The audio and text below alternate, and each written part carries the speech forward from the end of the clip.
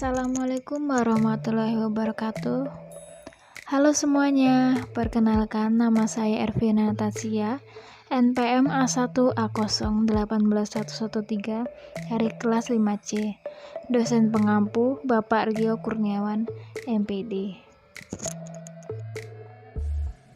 Baiklah semuanya, di video kali ini saya akan memaparkan materi implementasi pembelajaran daring di era pandemi COVID-19.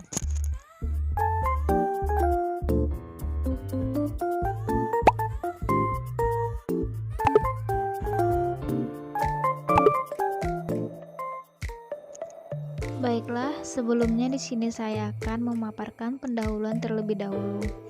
COVID-19 dari kota Wuhan, Cina. Virus ini mematikan, menyebar hampir ke seluruh negara di dunia. Tercatat yang paling banyak korban meninggal dan juga terinfeksi. Virus yang dikenal dengan nama coronavirus disease 2019 atau COVID-19 ini adalah negara Italia, Spanyol, Iran, Amerika, dan lain-lain. Cepatnya penularan dan sulit terdeteksinya penularan ini sehingga dengan cepat menyerang manusia. Akibatnya korban pun berjatuhan dan banyak yang meninggal dunia. Terjadinya kontak langsung dengan pasien menimbulkan terjadinya penyebaran dengan cepat. Kurangnya alat pelindung diri atau dikenal dengan nama APD menjadi penyebab lain dari banyaknya tenaga medis yang meninggal dunia. Penyebaran virus corona terjadi melalui kontak langsung dengan pasien. Obat penawar yang masih belum ditemukan oleh para ahli sehingga mempersulit penghentian penyebaran dari virus ini. Sulitnya penanganan virus corona sehingga banyak pemimpin negara menentukan langkah-langkah dalam menghentikan penyebarannya, bahkan harus menentukan kebijakan yang sangat sulit, tetapi harus dilakukan oleh pemerintahan di masing-masing negara. Salah satu kebijakan yang sangat berpengaruh besar terhadap berbagai aspek kehidupan tersebut yaitu pembatasan interaksi sosial, di mana pembatasan ini tentu akan berpengaruh besar terhadap laju perekonomian. Tersendatnya kebutuhan utama masyarakat menimbulkan efek banyaknya perusahaan yang pekerjaannya dirumahkan, sehingga otomatis terjadinya pengangguran. Di bidang pendidikan juga terdampak yang sangat besar, sebab demi menghentikan penyebaran virus corona ini, semua siswa dan guru melakukan proses belajar mengajar dari rumah, yang mendadak dilakukan tanpa persiapan sama sekali. Ketidaksiapan semua unsur dalam pendidikan menjadi kendala yang besar juga. Adanya perubahan cara belajar mengajar dari tatap muka atau luring luar jaringan menjadi daring dalam jaringan membutuhkan kesiapan dari semua unsur mulai dari pemerintah, sekolah, guru, siswa, dan orang tua.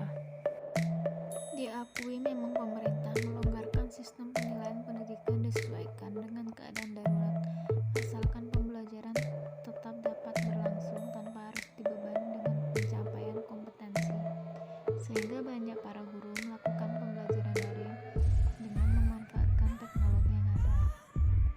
Menurut Profesor Dr. Insinyur R. Eko Indrajit, akademisi pakar teknologi informasi, Direktur PGRI SLCC, bahwa ada 4 aktor yang memiliki peran masing-masing, yakni orang tua, guru, dan masyarakat. Sedangkan untuk strategi di masa mendatang, Eko menyebut bahwa ada 5 hal yang bisa dilakukan oleh sekolah, yang pertama yaitu lakukan peninjauan kembali terhadap target pembelajaran yang ingin dicapai agar secara rasional selaras dengan situasi dan kondisi baru dalam new normal. Kemudian yang kedua yaitu identifikasi sumber daya yang perlu dimiliki dan diadakan agar tujuan baru yang telah ditetapkan tersebut dapat dicapai dengan ketersediaan sumber daya yang ada. Yang ketiga, petakan situasi dan kondisi masing-masing guru dan siswa yang harus bersiap-siap melakukan model pembelajaran baru berbasis blended learning sebagaimana dirancang. Yang keempat, kajilah antara kebutuhan dan ketersediaan untuk menyusun langkah-langkah strategis dan operasional yang perlu segera dilakukan untuk menjembataninya. Yang kelima, eksekusi langkah-langkah tersebut secara kreatif dan inovatif dengan menjalin berbagai kemitraan dengan pihak-pihak eksternal yang peduli mengenai pendidikan. Di negara kita Indonesia, mulai tanggal 16 Maret 2020, di saat peserta didik kelas 9 tahun pelajaran 2020-2021 hendak mengikuti ujian nasional berbasis komputer atau UNBK, para guru tentunya dikagetkan dengan tidak dilaksanakan ujian tersebut, sementara persiapannya sudah optimal. Setelah waktu berjalan, maka diiringi lagi dengan belajar untuk kelas 7 dan kelas 8. Maka sebagai guru tentu masih meraba-raba bagaimana untuk menjalankan pembelajaran semasa COVID-19. Pada waktu itu, keluarlah petunjuk teknis kelulusan, ternyata peserta didik diluluskan seluruhnya. Kemudian, bagaimana sih pengaruh pembelajaran daring terhadap ekonomi guru dan orang tua siswa? Secara global, berdasarkan data UNESCO tanggal 19 Maret 2020, 112 negara telah menerapkan kebijakan belajar dari rumah. Dari 112 negara tersebut, 101 negara menerapkan kebijakan belajar dari rumah secara nasional dan 11 negara lainnya, termasuk negara Indonesia, masih menerapkan belajar di rumah berdasarkan wilayah-wilayah tertentu.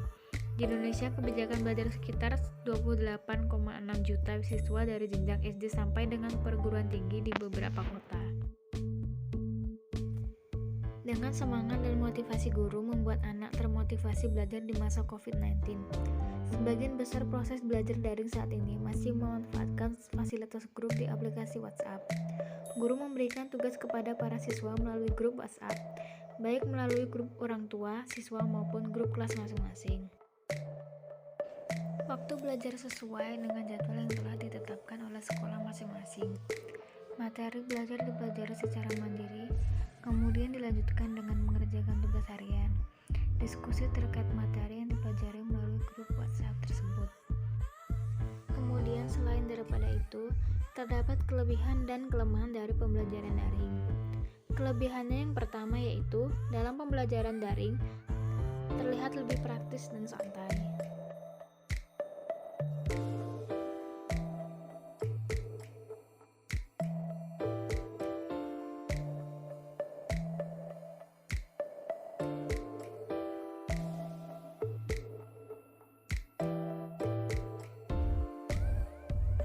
Kedua, lebih fleksibel, bisa dilakukan kapanpun dan dimanapun.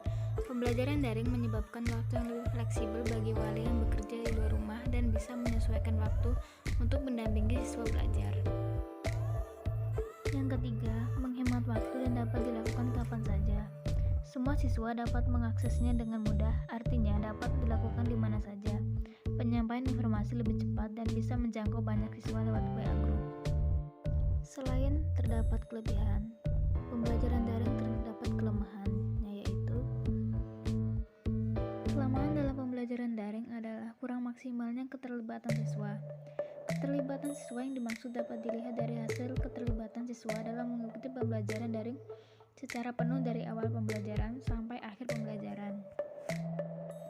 Dari hasil penelitian menunjukkan bahwa hanya 50% siswa yang aktif terlibat secara penuh, 33% siswa yang terlibat aktif, sedangkan 17% lainnya siswa yang kurang aktif dan kurang berpartisipasi dalam pembelajaran daring. Baiklah semuanya, itulah tadi yang dapat saya sampaikan. Lebih dan kurangnya saya mohon maaf, kepada Allah saya mohon ampun. Wabillahi taufiq wal hidayah. Wassalamualaikum